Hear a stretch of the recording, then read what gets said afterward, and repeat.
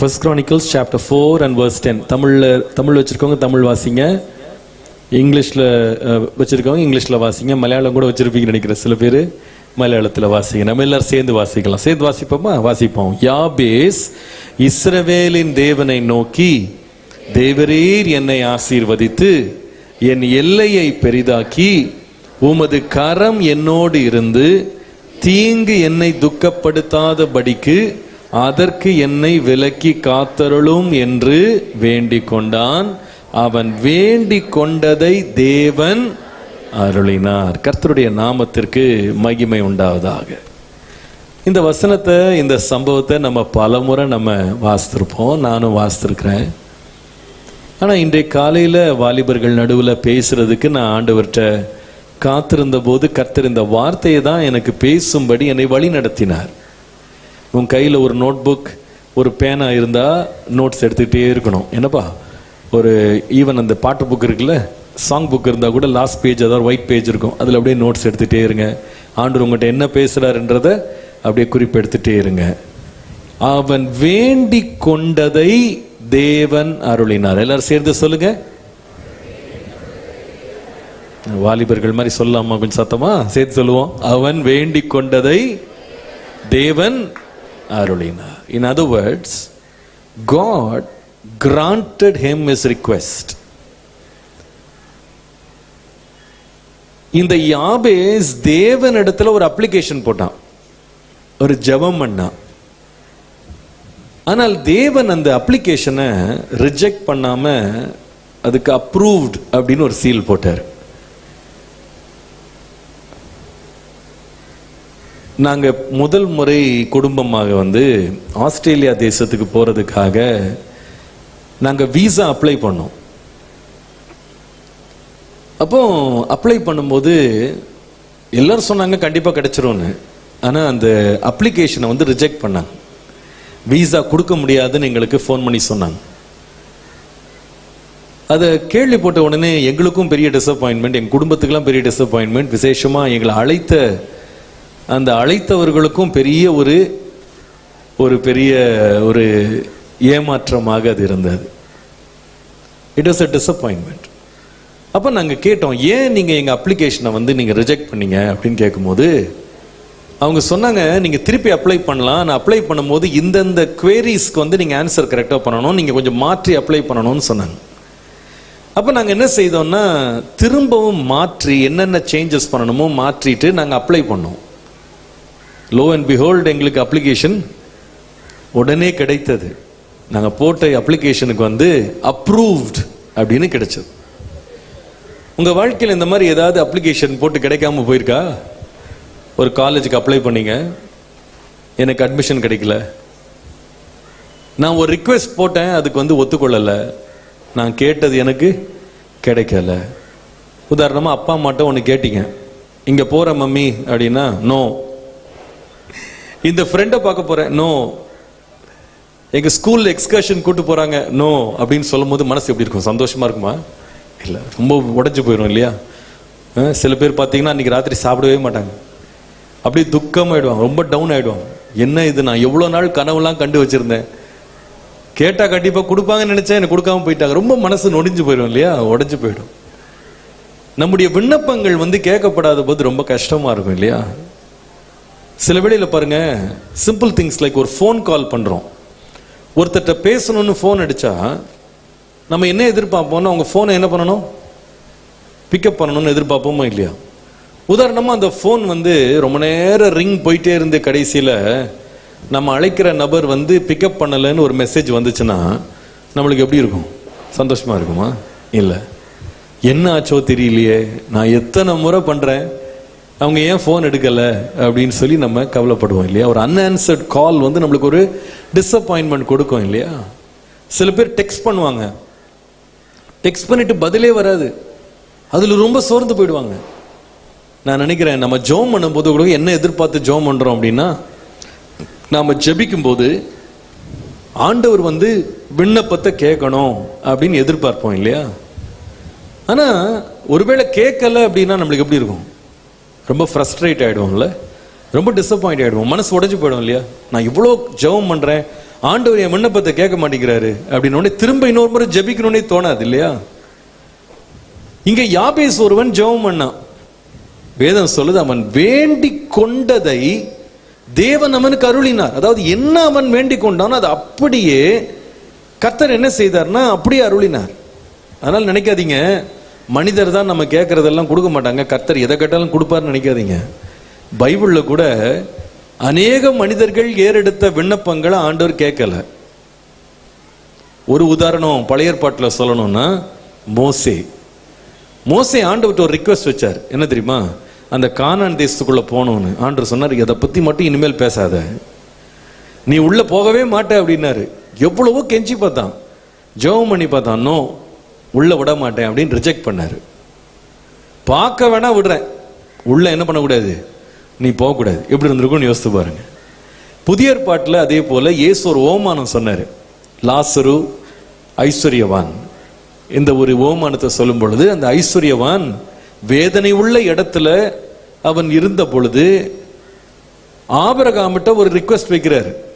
அவர் சொல்றாரு, அங்க மேல இளைப்பாரி கொண்டிருக்கிற லாசருவை அவனுடைய நுனி விரல்ல ஒரே ஒரு முறை தண்ணியில நினைச்சு ஒரு சொட்டு தண்ணிய நாக்கில் வைக்கிறதுக்கு நீங்க அருள் புரிங்கன்னா, சாரி, உங்களையும் எங்களையும் வந்து அடைய முடியாதபடி நடுவில் ஒரு பெரிய பிழவு இருக்கு, அதனால லாசருவை நான் அங்க அனுப்ப முடியாது, தண்ணியும் கொடுக்க முடியாது, ரிஜெக்ட் பண்றாரு. உடனே அடுத்த ரிக்வெஸ்ட் வைக்கிறாரு, சரி என்கிட்ட தான் வந்து தண்ணி கொடுக்க முடியல, கீழே எனக்கு 5 சகோதரர் இருக்காங்க, என்ன மாதிரியே வாழ்ந்துகிட்டு இருக்காங்க, அவர்கள் இந்த வேதனை உள்ள இடத்துக்கு வராதபடிக்கு இந்த லாசருவை கீழே அனுப்பி வச்சிங்கன்னா, இவன் பேசுறத பார்த்து மரித்தவன் உயிரோடு வந்தான்னு சொல்லி அவங்க என்ன பண்ணுவாங்கன்னா, அவங்க வந்து இந்த இடத்துக்கு வராம தப்பிச்சுக்கிடுவாங்க, கொஞ்சம் அனுப்பிவிடு, எனக்கிட்ட தான் அனுப்ப முடியல, கீழேயாவது அனுப்புங்கண்ணா. வெரி சாரி, அதுவும் முடியாது. கீழே மோசையும் தீர்க்கதரிசிகள் இருக்கிறாங்க, அவர்களுடைய சத்தத்தை கேட்டு அவங்க ரட்சிக்கப்படட்டும், இவனெல்லாம் அனுப்ப முடியாது. ஆக மொத்தம் முழுவதுமாகவே அவர்களுடைய விண்ணப்பம் கேட்கப்படல. நல்லா கவனிக்க, நம்ம ஜெபிக்கும் போதெல்லாம் கர்த்தர் நமக்கு செவி கொடுப்பார்னு அர்த்தம் கிடையாது. ஆண்டவர் ஜெபத்தை கேட்கிறவர் தான், ஆண்டவர் விண்ணப்பத்திற்கு செவி கொடுக்கிறவர் தான். ஜெபத்தை கேட்கிறவரே மாம்சமான யாவரும் உம்மிடத்திலே வருவார்கள் அப்படின்னு வேதமே நமக்கு சொல்லுது. ஆனால் வேதம் நமக்கு தெளிவாக சொல்லுகிறது, அவருடைய சித்தத்தின்படி நாம் எதை கேட்கிறோமோ அதை நாம் பெற்றுக்கொள்ளுவோம் என்று நிச்சயித்திருக்கிறோம். அப்ளிகேஷன் யார் வேணா போடலாம், ஆனா ரூல்ஸ் படி அப்ளிகேஷன் போடல அப்படின்னா நம்முடைய அப்ளிகேஷன் ப்ராசஸ் ஆகாது இல்லையா? சில வேளையில சில அப்ளிகேஷன்ல ஒழுங்கா ஃபில் பண்ணிருக்க மாட்டாங்க. சில பேர் கவனிக்காம ஒரு அப்ளிகேஷன்ல ஒரே ஒரு இடத்தை மட்டும் ஃபில் பண்ண விட்டுருப்பாங்க. இப்ப இருக்க பிள்ளைங்கள்லாம் ஆன்லைன்ல நிறைய அப்ளை பண்ணிருப்பீங்க இல்லையா?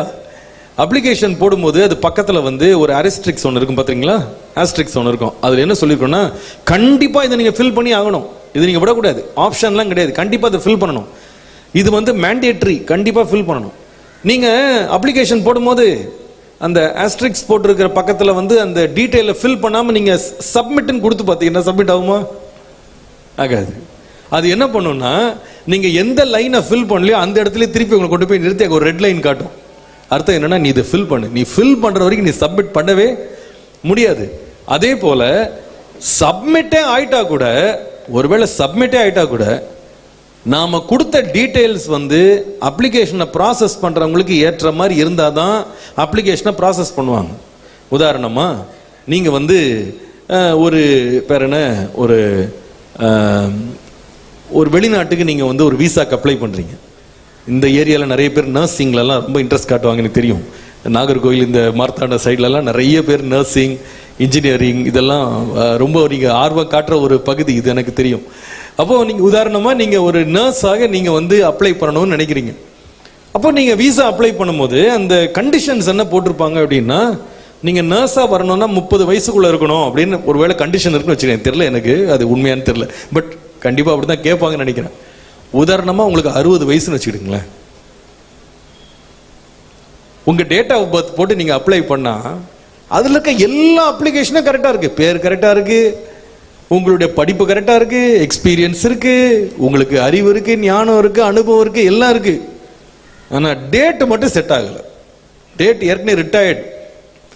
அப்ளிகேஷன் போட்டா சப்மிட் ஆயிடும், ஆனா பதில் வருமா, அப்ரூவ் ஆகுமா? சொல்லுங்க. உங்க ஊர்ல ஆகுமோ? ஆகாது இல்லையா? ஆகாது. அப்போ நம்ம யாருக்கு அப்ளை பண்றோமோ அவங்க நம்முடைய அப்ளிகேஷனை ப்ராசஸ் பண்ற அவர்களுடைய எதிர்பார்ப்புக்கு ஏற்றபடி இருந்தா அப்ளிகேஷன் என்ன ஆயிடும்? ப்ராசஸ் ஆயிடும். ஆண்டவரும் சொல்றாரு, நீ ஜெபம் பண்ணுப்பா. நம்முடைய ஜெபத்தை கேட்கறதுக்கு அவர் ரெடியா தான் இருக்காரு. ஆனா பதில் வரணும் அப்படின்னா அவருடைய சித்தத்தின்படி அல்லது அவருடைய விருப்பத்தின்படி அவருடைய பிரியத்தின்படி நம்ம எதை கேட்டாலும் தருவேன் என்று கர்த்தர் சொல்லுகிறார். அப்போ யாபேஸ் ஜெபம் பண்ணான். ஜெபம் பண்ணான்றதை விட அப்ளிகேஷன் போட்டான். சொல்லுங்க, என்ன பண்ணா? ஒரு அப்ளிகேஷன் போட்டான். அந்த அப்ளிகேஷனை ஆண்டவர் ரிஜெக்ட் பண்ணாம என்ன பண்ணாருன்னு அக்செப்ட் பண்ணிட்டாரு. அக்செப்ட் பண்ணது மாத்திரம் இல்ல, அப்ரூவல் கொடுத்தாரு. அவன் வேண்டி கொண்டதை கர்த்தர் அவனுக்கு அருளினார். அப்போனா அர்த்தம் என்னன்னா, உடனே நம்ம புரிந்து கொள்ள வேண்டியது என்ன தெரியுமா? அவன் வேண்டிக் கொண்டு அவன் ஜெபித்த ஜெபம் தேவனுடைய சித்தத்தின்படி இருந்தது. அவனுடைய ஜெபம் தேவனுக்கு பிரியமானதா இருந்தது.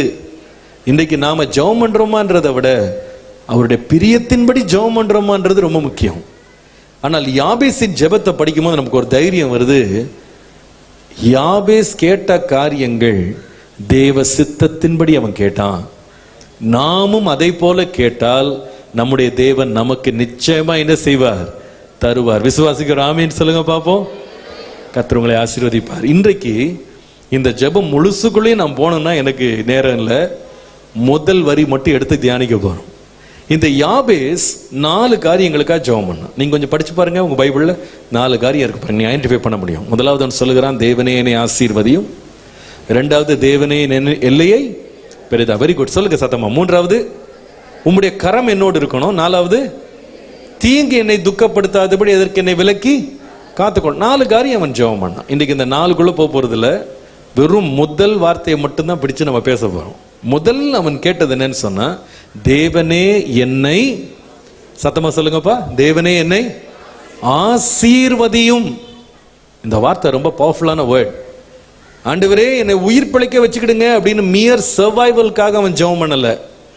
ஏதோ பிழைச்சா போதும், ஏதாவது சாப்பாடு கிடைச்சா போதும், பசி இல்லாம இருந்தா போதும், உயிர் வாழ்ந்தா போதும் அவன் கேட்கல. சொல்லுகிறான், தேவனே என்னை ஆசீர்வதியும். நல்ல கவனிங்க, எல்லா பிள்ளைகளும் நல்ல கவனிங்க. உங்க வாலிப வயதுல நீங்க எந்த நிலையில இருக்கலாம், ஆனா நீங்க தேவனே என்னை ஆசீர்வதியும் நீங்க ஒவ்வொரு நாளும் கேட்க மறக்கவே கூடாது. அது தேவனுக்கு ரொம்ப பிரியமான ஜெபம். இது தேவ சித்தத்தின்படியான ஜெபம் என்பதுல சந்தேகமே கிடையாது. வேதம் சொல்லுகிறது, இஸ்ரவேலை ஆசீர்வதிப்பதே கர்த்தருக்கு பிரியம். சத்தமா வாயத்திறன் சொல்லுங்கப்பா எல்லாரும், இஸ்ரவேலை ஆசீர்வதிப்பதே கர்த்தருக்கு பிரியம். சரி, கை அப்படி லெஃப்ட் ஹேண்ட் நெஞ்சு மேல வச்சுட்டு ரைட் ஹேண்ட் அப்படி உயர்த்தி அப்படி சொல்லுங்க பாப்போம். என்னை ஆசீர்வதிப்பது தேவனுக்கு பிரியம். பிரியமானபடி சொல்லுங்களேன், சத்தமா சொல்லுங்க. என்னை ஆசீர்வதிப்பது தேவனுக்கு பிரியம். ஆண்டவர் உங்களை ஆசீர்வதிக்கிறதுக்காக ரொம்ப வேதனைலாம் பட மாட்டார், ரொம்ப சந்தோஷப்படுவார். நம்மளை ஆசீர்வதிக்கிறது கர்த்தருக்கு ரொம்ப பிரியம். சிறு பிள்ளைகள் இயேசுவிடத்தில் கொண்டு வந்து அவர் தம்முடைய கரங்களை அவர்கள் மேல் வைத்து அவர்களை ஆசீர்வதிக்கணும்னு அவருடைய பெற்றோர் இயேசுவிடத்தில் கொண்டு வந்தாங்க. ஆனா சீஷர்கள் அதை பார்த்துட்டு என்ன செய்தாங்கன்னா, சிறு பிள்ளைகள் இயேசுவண்டை வர முடியாதபடி அவர்களை அதட்டினார்கள். பெற்றோரை பார்த்து, சின்ன பிள்ளைலாம் இயேசுட்ட வரக்கூடாது, பெரியவங்க தான். இயேசு வெறும் சீனியர் தான் பார்ப்பார்.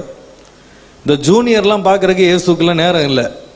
என்ன, அவர் இவ்வளோ பெரியவர், அவற்றெல்லாம் பிள்ளையெல்லாம் கொண்டு வந்து அவரை சின்ன பிள்ளை மாதிரி சண்டே ஸ்கூல் டீச்சர் மாதிரி மாத்தாதீங்க, அவர் பெரியவர் அப்படின்னு ஓரம் கட்ட ட்ரை பண்ணாங்க. இயேசு உடனே இன்டர்ஜெக்ட் பண்றாரு, உள்ள சொல்றாரு, சிறு பிள்ளைகள் என்னிடத்தில் வருவதற்கு இடம் கொடுங்கள், அவர்களை தடை பண்ணாதிருங்கள்னு சொல்லி இயேசு லாயர் மாதிரி நின்று அவர்களுக்காக வழக்காடி இதை பேசாத சின்ன பிள்ளைகளுக்காக இயேசு பேசுறாரு.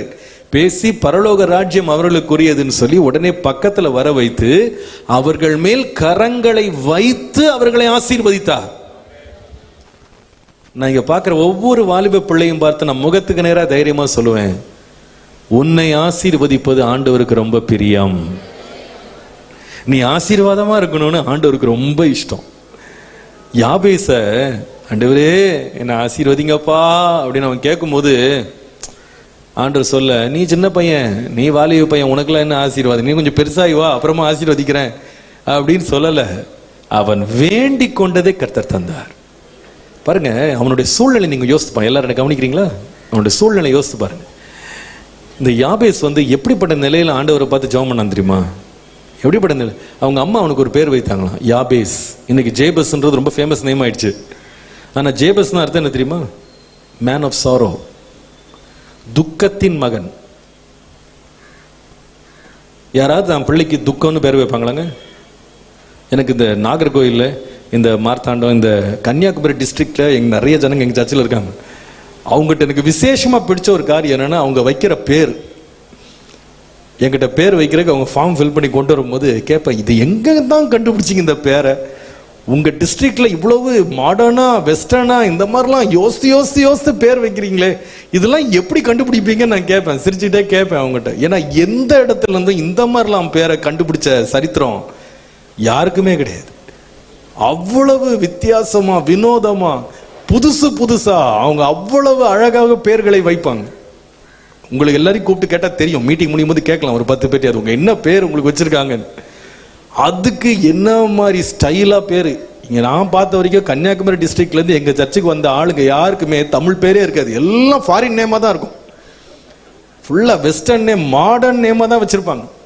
1-2 இங்க தப்பி பிழைச்சவங்க தான் தமிழ் வாழ்க நிற்பாங்க. மற்றபடி எல்லாரும் பாத்தீங்கன்னா ரொம்ப மாடர்னா பேர் வச்சிருப்பாங்க.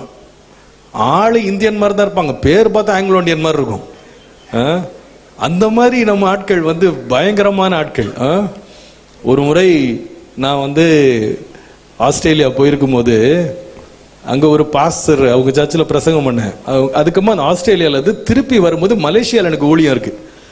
அப்ப நான் மலேசியா போறேன்னு எதிர்ச்சியா சொன்ன, பாஸ்டர் மலேசியா போனீங்கன்னா என் பிரதர் அங்க இருக்கிறாரு, நாங்கெல்லாம் ஒரு காலம் ரட்சிக்கப்படாதவங்க, அவர் இந்த ஊர் சேர்ந்தவர் தான், நாங்கெல்லாம் ரட்சிக்கப்படாதவங்க, ஆனா இப்ப அவர் ரட்சிக்கப்பட்டாரு, அவரை நீங்க கண்டிப்பா அவர் எப்படியாவது உங்களை பார்க்கணும் பாஸ்டர், உங்களை கேள்விப்பட்டு அவர் கண்டிப்பா உங்களை பார்க்கணும்னு விரும்புறாரு, ஏர்போர்ட்லயாவது ஒரு 5 நிமிஷம் ஒரு டைம் கொடுங்க, நீங்க அடுத்த இடத்துக்கு போற வழியிலேயாவது பாப்பாருன்னு. அது ஒன்றும் பிரச்சனை இல்லை பாஸ்டர், நான் பாக்குறேன், ஒன்றும் பிரச்சனை இல்லை, வர சொல்லுங்கன்னு சொல்லி டீட்டெயில்ஸ்லாம் கொடுத்துட்டேன். அப்ப கேட்டேன், அவர் பேர் என்னன்னு கேட்டேன். மிஸ்டர் ஆண்டின்னாரு. மிஸ்டர் ஆண்டி அப்படின்னாரு. பரவாயில்லையே, நல்ல பேராச்சேன்னு எப்படி யோசிச்சுட்டே இருக்கேன். அவர் சொல்றாரு, பாஸ்டர் ஆண்டி முனியாண்டின்றாரு. அவர் பேர் முனியாண்டியா, ஆனா இப்ப அவங்க எப்படி கூப்பிடுறாங்கன்னா எப்படியா ஆண்டி. ஒரே சிரிப்பு தாங்க முடியல என்னால. பேர்களை கூட பாருங்க ஸ்டைலா வைக்கணும்னு தான் எல்லா பெற்றோரும் விரும்புவாங்க இல்லையா? தங்களுடைய பேர்ல உள்ள நல்ல பிட்டை மட்டும் தான் வெளியே சொல்லணும்னு ரொம்ப விரும்புவாங்க. ஆனால் ஒரு தாயே பிள்ளைக்கு பேர் வைக்கிறாங்க துக்கம். நான் பார்த்த வரைக்கும் பிள்ளை பிறந்த உடனே ஸ்மைலி, ஜாலி இப்படிலாம் தான் பேர் வைக்கிறது நான் பார்த்துருக்கேன். பிள்ளை பிறக்கிறது என்னது, எல்லாருக்குமே சந்தோஷம் தானே. வேதமே சொல்லுகிறது, ஒரு பிள்ளையை ஒரு தாய் பெற்றெடுக்கும் போது வேதனையோடு பெற்றெடுக்கிறார். ஆனா அந்த பிள்ளையை பார்த்த உடனே தன்னுடைய வேதனை துக்கம் எல்லாம் மறந்து அந்த பிள்ளையை பார்த்த மகிழ்ச்சியில களி கூறுகிறாள். எந்த பிள்ளையை பெறும்போதும் ஒரு தாய்க்கு வேதனை தான், மரண வேதனைப்பட்டு தான் ஒரு பிள்ளையை அவளை உலகத்துக்கு கொண்டு வர்றான். ஆனா அந்த வேதனை பிள்ளை முகத்தை பார்த்த உடனே என்ன பண்ணுகிறா, மறந்து போறான். இந்த அம்மா தன்னுடைய டெம்பரவரி பெயினை இந்த பையனுக்கு பெர்மனன்ட் நேமா வச்சாங்க. தன்னுடைய தற்காலிகமான பெயரை தாம் பிள்ளைக்கு நிரந்தர, தற்காலிக வேதனையை தாம் பிள்ளைக்கு நிரந்தர பேராக மாற்றிட்டாங்க. அப்படிப்பட்ட ஒரு பேரை துக்கத்தை சுமந்துட்டு இந்த பையன் போறான். அதாவது நீங்க யோசிச்சு பாருங்களேன், உங்க ஸ்கூல்ல உங்களுக்கு ஒரு ஆதமான ஜேபஸ் தான் ஸ்டைலா இருக்கு கேட்கறதுக்கு, நிறைய பேருக்கு அர்த்தம் புரியாது. அதே இது உங்க பேர் சேடுன்னு வச்சிருக்காங்க வச்சுக்கோங்களேன். அந்த பேரை உங்க கிளாஸ்ல இருக்க எல்லாருமே Chad, mister Chad, what is your name, miss சேடி அப்படின்னு கூப்பிட்டா உங்களுக்கு சந்தோஷமா இருக்குமா? என்னப்பா பேரு? சாரோங்க. சாரோவா? என்ன சாரோ? சாரோ தான். ஸ்பெல்லிங் என்ன? அதே ஸ்பெல்லிங் தான். ஏங்க உங்களுக்கு அப்படி பேர் வச்சாங்கன்னா தெரியல, எங்க அம்மா அப்படிதான் வச்சிருக்காங்க. சொன்னா எவ்வளவு கஷ்டமா இருக்கும்னு யோசித்து பாருங்க.